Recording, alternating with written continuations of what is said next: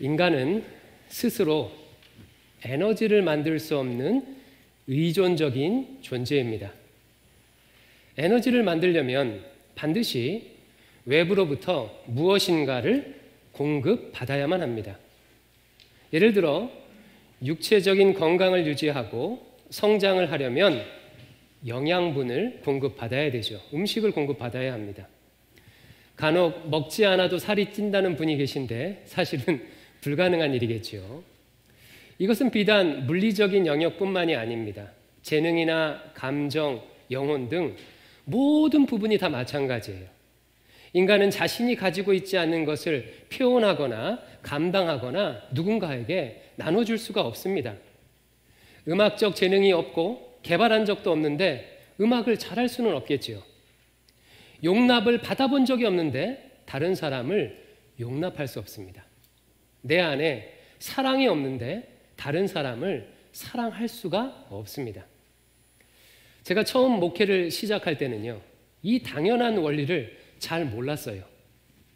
A라는 청년과 B라는 청년이 싸우게 되면 저는 목회자로서 당연히 성경에 나와 있는 대로 용서하고 화해하라고 그렇게 권면을 했습니다. 하지만 실제로 용서와 화해가 일어나는 일은 매우 드물었습니다.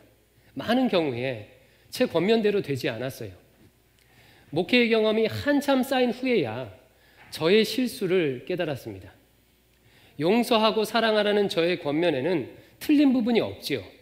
그런데 저는요, A와 B의 상태에 대해서는 잘 몰랐습니다.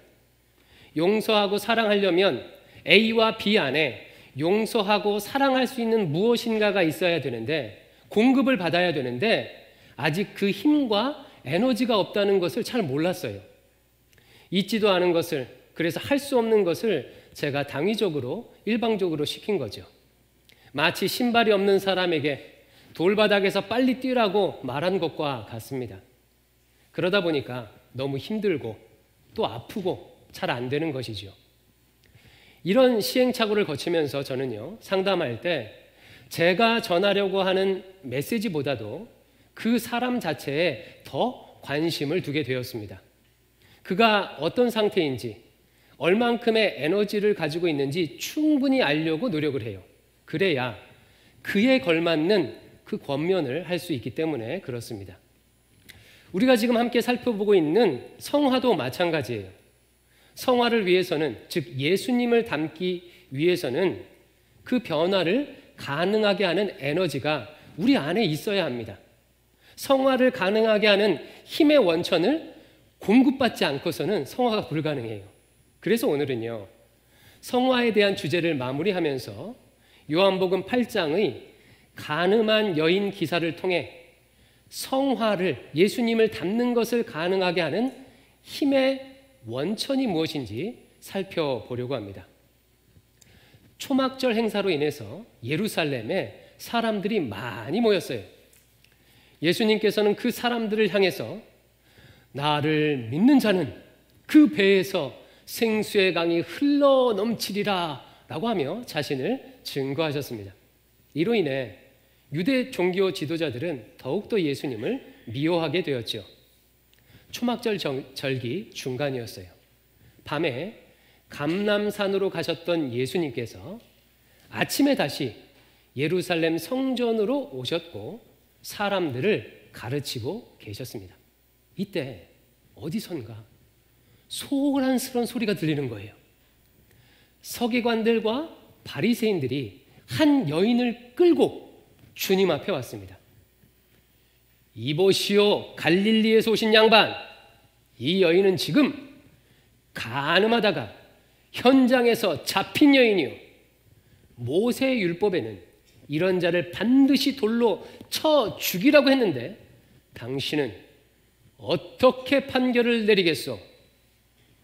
서기관은 율법 전문가로서 소위 랍비라 불리는 사람들입니다.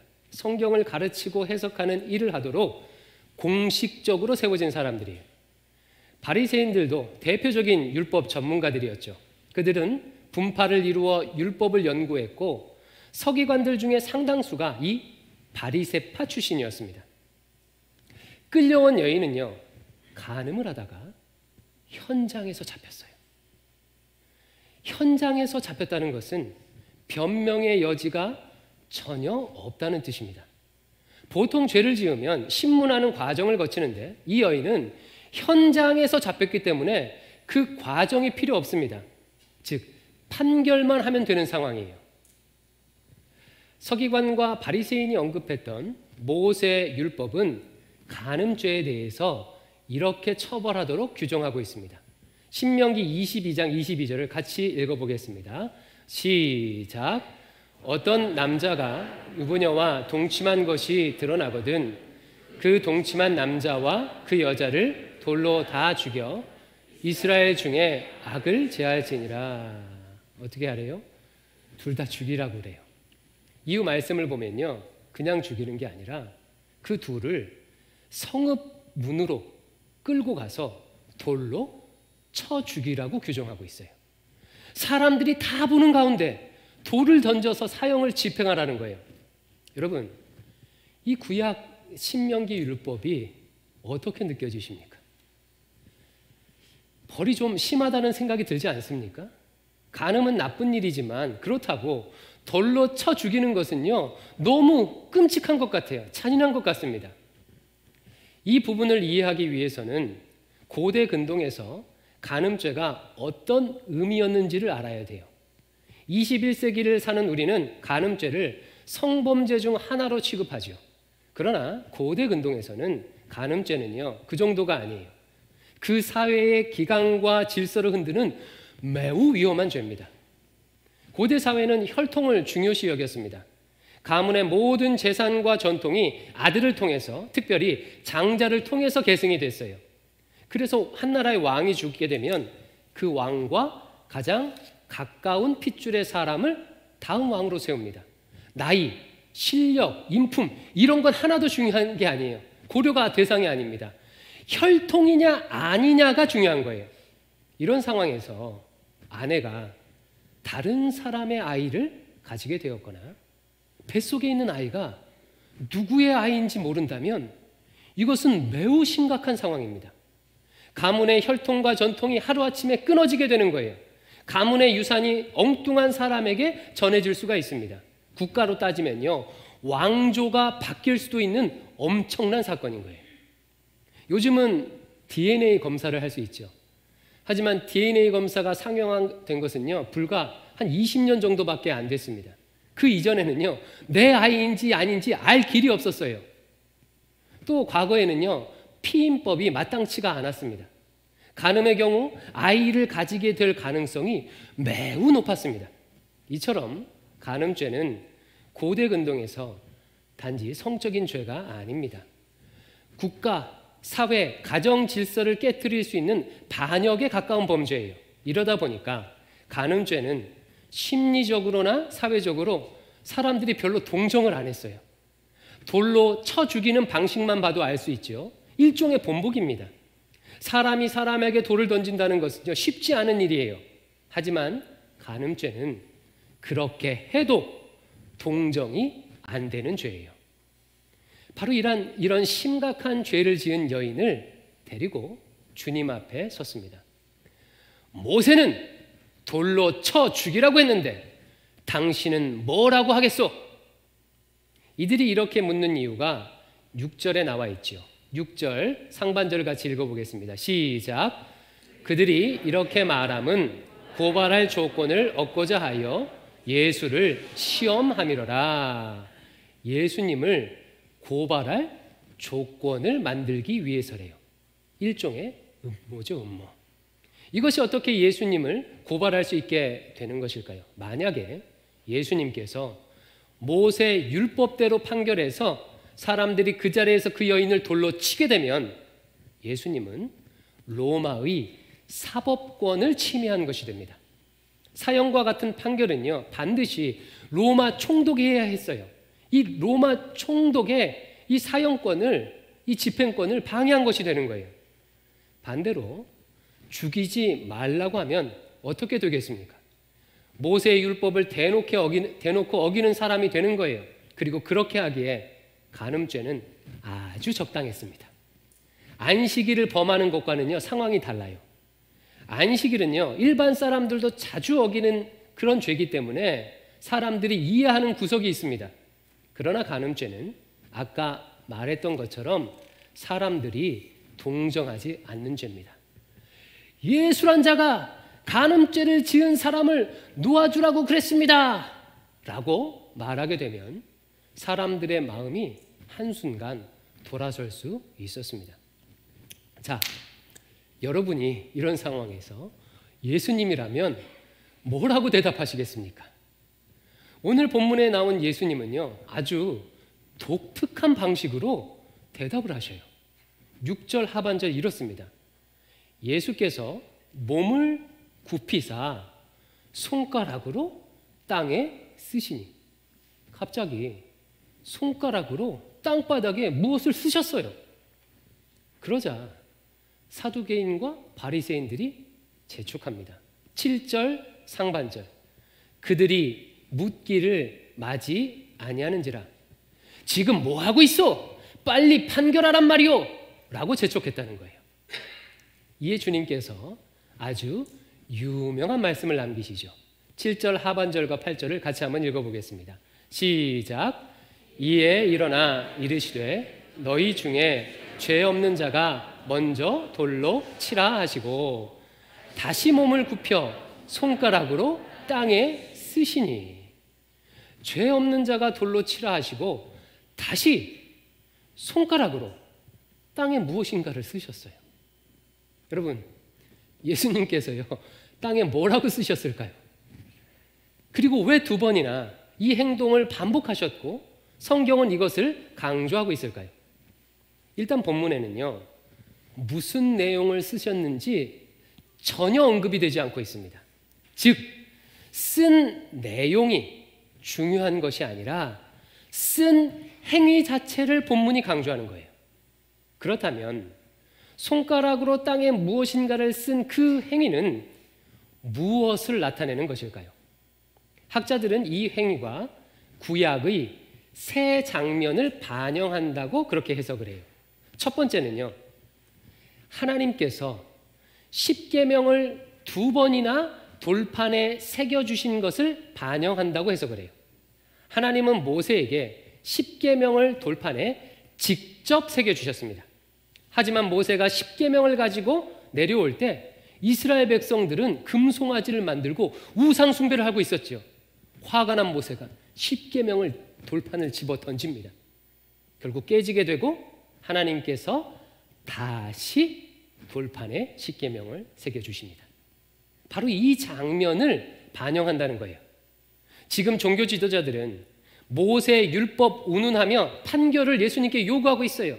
그러자 예수님께서는 하나님께서 모세에게 십계명을 직접 써주신 것처럼 직접 손가락으로 무엇인가를 바닥에 쓰시는 거예요.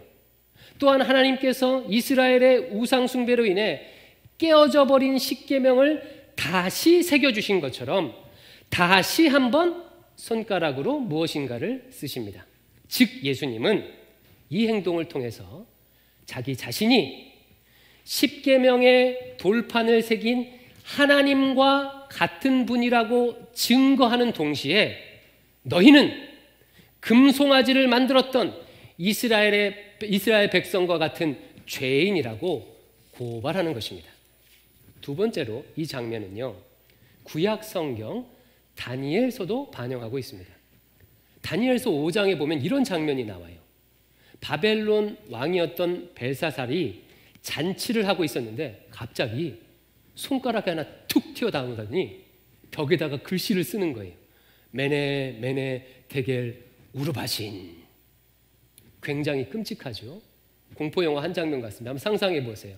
지금 이 교회당 벽에 손가락이 나와서 글씨를 쓰는 겁니다. 해석하면 저울에 달아보니 부족함이 있다라는 뜻입니다. 벨사살 왕이 하나님 앞에 부족함이 있다, 즉 죄인이다, 이런 뜻입니다. 결국 벨사살은 심판을 받아 죽게 됩니다. 예수님께서는 손가락으로 글을 쓰므로 이 장면을 상기시키는 거예요. 사람들을 향해서 너희들이 하나님 앞에 부족함이 있다라고 말씀하는 것입니다. 너희들의 죄를 돌아보라고 말씀하는 거예요. 세 번째로요, 이 장면은 예레미야 선지자의 예언도 반영하고 있습니다. 예레미야 17장에 보면 유대인들이 지은 죄를 고발하는 내용이 나오는데요. 17장 13절 말씀에서 이렇게 고발해요. 여러분 잘 주의해서 보십시오. 제가 읽어드릴게요.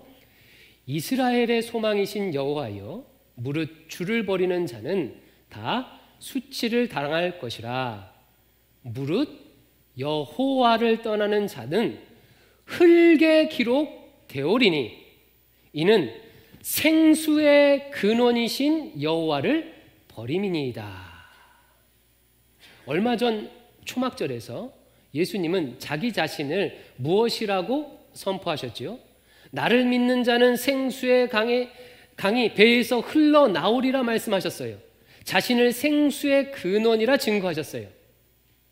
즉 생수의 근원이신 예수님을 거부하는 너희들의 죄가 지금 흙에 기록되어 있다라고 하는 거예요. 즉 너희들의 죄를 보라고 말씀하는 것입니다.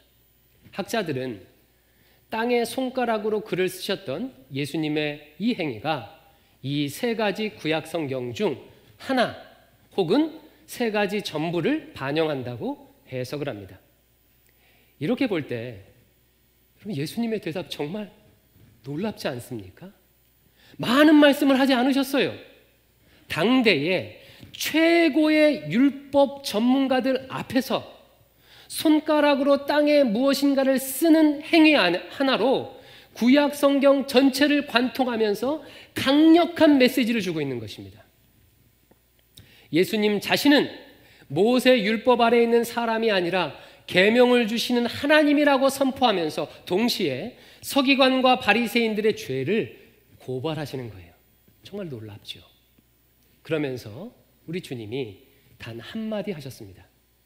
너희 중에 죄가 없는 자가 먼저 돌로 치라. 그제서야 그들은 예수님께서 지금 무슨 말씀하시는지를 깨닫습니다. 예수님께 간음한 여인을 판결해 달라고 왔는데 오히려 예수님으로부터 네 자신이 하나님 앞에 어떤 인간인지 판결해 보라는 역질문을 받게 된 거예요. 타인의 죄를 고발하려 온 사람들이 역으로 고발을 당했습니다. 스스로를 돌아본 그들의 반응이 8장 9절에 나와요. 같이 한번 읽어보겠습니다. 8장 9절 시작. 그들이 이 말씀을 듣고 양심의 가책을 느껴 어른으로 시작하여 젊은이까지 하나씩 나아가고 오직 예수와 그 가운데 섰는 여자만 남았더라. 본문은 어른부터 젊은이 순서로 떠나갔다고 말합니다. 이 장면도 참 상징적이지요. 여러분, 나이가 많다는 것은 무엇을 의미할까요? 오늘 본문만 놓고 보면요, 죄를 많이 지었다는 것을 의미합니다. 나이 먹을수록 하나님 앞에 우리의 죄도 쌓여가요. 우리가 살아온 세월만큼 더 많은 사람에게 상처 주고, 더 많이 거짓말하고, 더 많이 미워하고, 더 많이 욕심부리고, 더 많이 우상 숭배하는 것이 솔직한 우리의 모습입니다. 대신 한 가지 나은 것이 있다면요, 그래도 나이가 들면 내가 죄인이라는 사실은 더 자각합니다. 젊은이들보다는 자신의 죄성을 더 인정하게 되지요. 결국 모두가 떠나고 예수님과 그 여인만 남습니다. 여러분, 이제 여기서부터가 중요해요. 사실 본문은 9절에서 끝나도 전혀 이상할 것이 없습니다. 이미 갈등 상황은 종료가 되었어요. 예수님을 공경에 빠뜨리려는 자들은 떠났고 예수님의 대답도 마무리가 됐어요. 예수님도 이제 그냥 그 자리를 떠나셔도 됩니다. 그런데 본문의 이야기가 계속돼요. 주님은 사람들이 돌로 쳐 죽이라고 했던 여인에게 관심을 가집니다. 여러분, 이 여인은 어떤 여인이었을까요? 여러분, 이 여인을 보면서 어떤 생각이 드십니까? 우리는 이 가늠한 여인을 바라볼 때 좀 연민하는 마음, 동정하는 마음, 그런 마음이 생깁니다. 하지만 실상은요, 이 여인은 동정받을 만한 여인이 아니에요. 한번 생각해 보세요. 지금 내 남편과 바람난 여인이에요. 나 몰래 바람핀 부인입니다.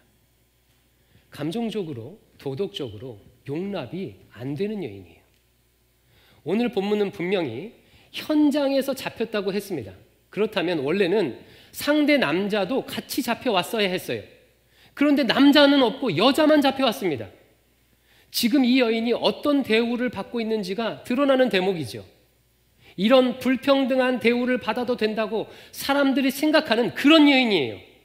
함께 죄를 지었어도 혼자 덤탱이를 써야 했고, 가족들도 친구들도 아무도 도와주지 않았고, 사람들이 증오의 눈빛으로 바라보면서 돌을 던지려고 했던 그런 여인이에요. 종교 지도자들의 음모에 한낱 도구로 사용되었던 그런 여인입니다. 그런데요, 이런 상황을 누가 초래했습니까? 본인 자신이 그런 거예요. 간음은요, 모르고 지을 수 있는 죄가 아닙니다. 아이고, 내가 결혼한 것을 깜빡 잊고 모르고 죄를 졌습니다. 이럴 수 있는 죄가 아니에요. 일부러 짓는 죄입니다. 그 죄가 무엇을 초래하는지 당시 사람들은 다 알고 있었어요. 그것을 알고도 죄를 지었습니다. 본문의 여인은요, 그런 여인이에요. 죄질도 나쁘고 동정도 받을 수 없는 이마에 주홍 글씨가 새겨져 있는 그런 여인입니다. 이런 여인에게 주님께서 관심을 가지시고 이렇게 묻습니다.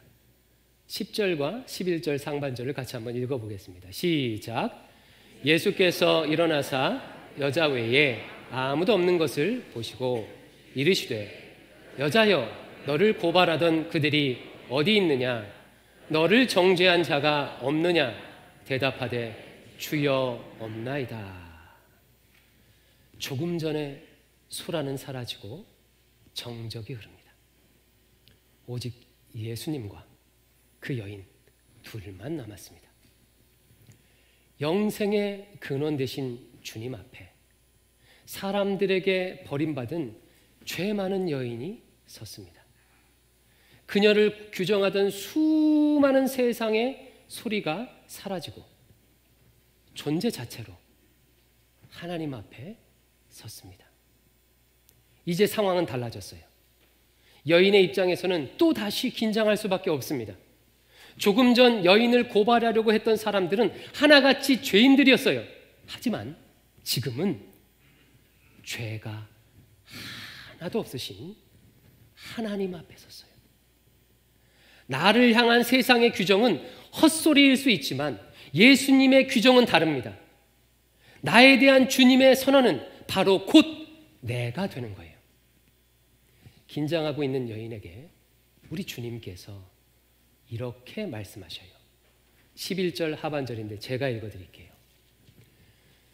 예수께서 이르시되 나도 너를 정죄하지 아니하노니, 너를 정죄하지 아니하노니 가서 다시는 죄를 범하지 말라 하시니라.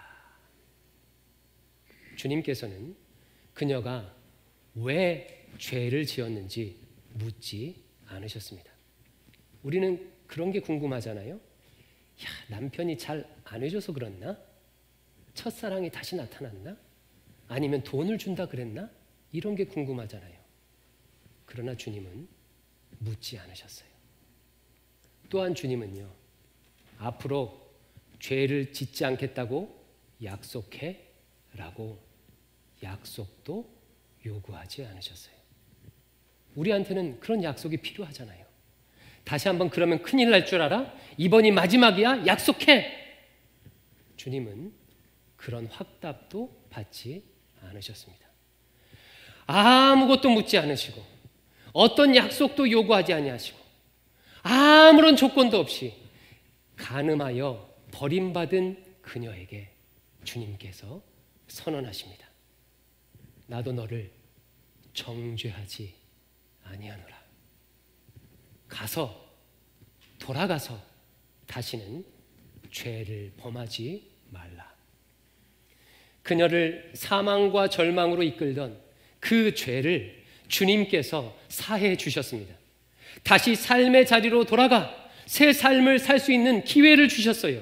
이제까지는 욕망의 노예가 되어서 죄의 노예가 되어서 죄 짓지 않고는 살 수가 없었는데 이제는 모든 죄의 짐을 벗어버리고 죄 짓지 않고 살 수 있는 성화의 기회를 얻게 되었습니다. 바로 이 은혜가 간음한 여인을 죄 짓지 않는 삶으로 인도하는 힘의 원천이 되는 거예요. 그런데 한 가지 질문이 생겨요. 아니 정죄하지 않는다는 말 한마디로 그 죄를 퉁쳐도 되는 것입니까? 참 너무 쉽네요. 죄값을 치러야 되는 거 아니에요. 그녀로 인해서 피해본 사람이 엄연히 있는데 그 사람들은 어찌하라고 이렇게 보내줍니까? 네, 좋은 질문이에요. 여러분, 이 죄값을 누가 대신 치르셨죠? 우리 구주 예수님께서 대신 치르셨어요. 예수님께서는 간음한 여인의 죄를 짊어지고 골고다 언덕을 오르셔서 그 여인을 대신하여 십자가를 지셨습니다. 예수님은 그 여인이 받아야 할 사형의 형벌을 자신이 대신 담당하셨어요. 아무도 동정하지 않고 모두가 돌맞아 죽어야 된다고 생각하는 속된 말로 쓰레기 같고 걸레 같고 아무런 가치 없어 보이는 그녀를 위해서 자신의 생명을 내어 주셨습니다. 그녀가 정죄당하지 않도록 하기 위해, 그녀에게 새로운 삶을 주시기 위해 자신의 모든 것을 다 내어 주셨어요. 이 말도 안 되는 십자가 사랑, 말도 안 되는 이 십자가 사랑, 이 십자가 사랑이 나의 모든 죄를 씻어주는, 우리가 주님을 닮아갈 수 있도록 하는 힘의 원천이 되는 것입니다. 우리는 우리 힘으로 성화할 수 있는 에너지를 만들 수가 없습니다. 마음을 먹고 또 고쳐 먹어도 또 죄를 지어요. 내 안에 있는 분노, 내 안에 있는 미움, 내 안에 있는 이 지긋지긋한 우울감, 질투, 상처, 욕망에 굴복하며 다시 하나님 앞에 못난 모습을 보이는 연약한 죄인입니다. 그때마다 사탄 마귀는 수많은 비단의 돌덩이를 들고, 정죄의 돌덩이를 들고 우리에게 던지려고 해요. 하지만 바로 그때 주님께서는 이 모든 정죄로부터 우리를 자유케 해주셔요. 내가 죄짓고 넘어질 때마다 주님께서는 나를 대신해서 그 죄를 짊어지고 십자가를 오르십니다. 십자가에 오르신 주님은 우리에게 항상 이렇게 말씀하셔요. 너를 정죄하지 아니하노라. 다시 가서 죄를 범하지 말라. 나의 죄를 사하시고 나에게 새로운 기회를 제공하시는 예수님의 죄 사함의 은혜가 신자가 성화할 수 있는 힘의 원천입니다. 그러니 사랑하는 성도 여러분, 걱정하지 마시고 포기하지 마시고 언제나 주님의 십자가 앞에 나가십시오. 또 미워했어도 괜찮아요. 용서 못했어도 괜찮아요.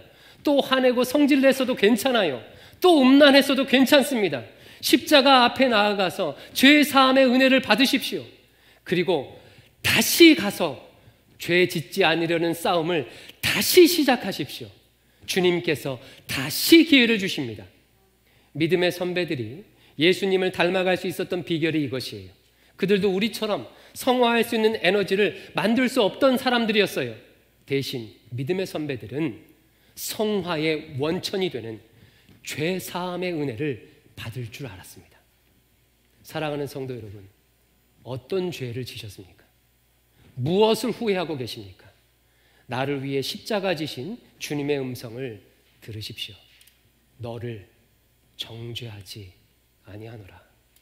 가서 다시 죄를 범하지 말라. 모두 함께 찬양하겠습니다.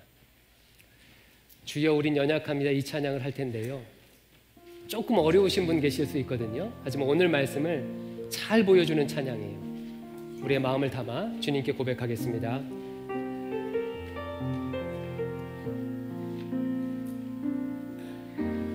주여 우린 연약합니다. 우린 오늘을 힘겨워합니다. 주 뜻 이루며 살기에 부족합니다. 우린 연약합니다. 주여 우린 넘어집니다. 주여 우린 넘어집니다. 오늘 하루 또 실수합니다. 주의 긍휼을 구하는 죄인입니다. 우린 주만 바라봅니다.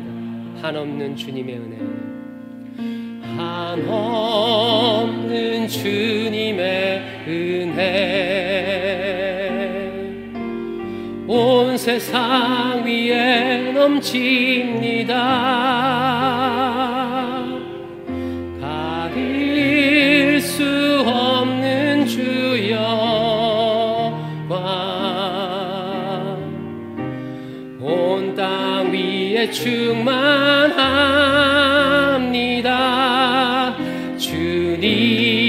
주님만이 길이오니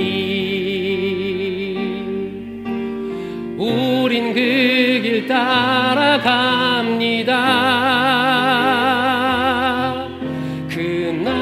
그날에 우릴 이루신 주는 완전합니다. 우리 한 번 더 찬양하겠습니다. 주여 우린 연약합니다.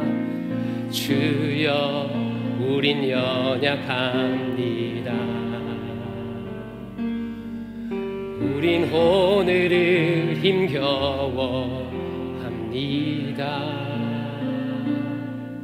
주 뜻 이루며 살기에 부족합니다.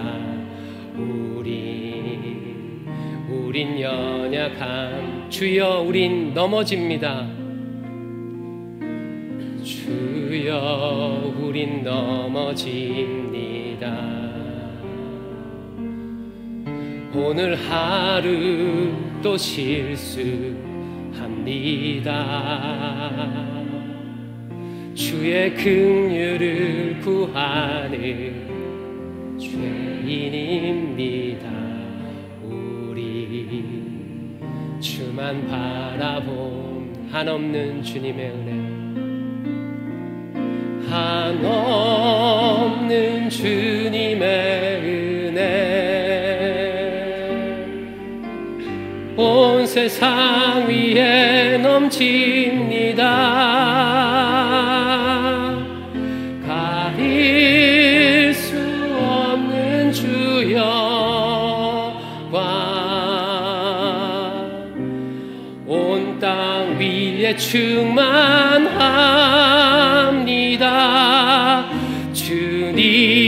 주님만이 길이오니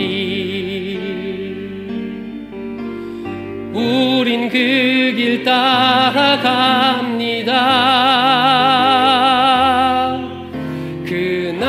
그날에 우릴 이루신 주는 완전합니다. 기도하겠습니다. 아버지 하나님, 예수님을 닮고 싶은데, 사랑하며 살고 싶고 거룩하게 살고 싶고 용서하고 또 넉넉하게 품어주며 웃으며 살고 싶은데 잘 안 되는 저희들을 불쌍히 여겨 주시옵소서. 또 죄에 빠지고 음란에 빠지고 욕망의 노예로 살아가는 저희들을 불쌍히 여겨 주시옵소서. 이와 같은 우리들을 정죄하지 아니하시고 언제나 십자가의 사랑으로 품어주시니 감사합니다. 그 십자가 사랑 의지하며 오늘도 한 걸음 마땅한 성화 이루도록 인도하여 주시옵소서. 예수님 이름으로 기도드립니다. 아멘.